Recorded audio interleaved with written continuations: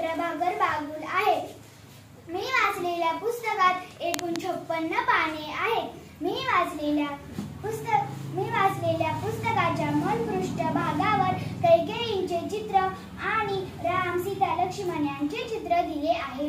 मी वाचलेल्या पुस्तकाच्या मूलपृष्ठ भागावर नवीन पुस्तकांची नावे दिली आहेत. मी वाचलेल्या पुस्तकाची किंमत एकूण 30 रुपये आहे. मी वाचलेल्या पुस्तकात 2 चित्रे दिली आहेत. मी जेव्हा हे पुस्तक वाचले तेव्हा मला त्यातून खूप काही शिकायला मिळाले. राजा दशरथने जशा एका तरुणाला मारून स्वतःची चूक स्वीकारली, असं कोणत्याच राजाने करू नये. त्या तरुणाचे आई बाप अंध होते. त्यानंतर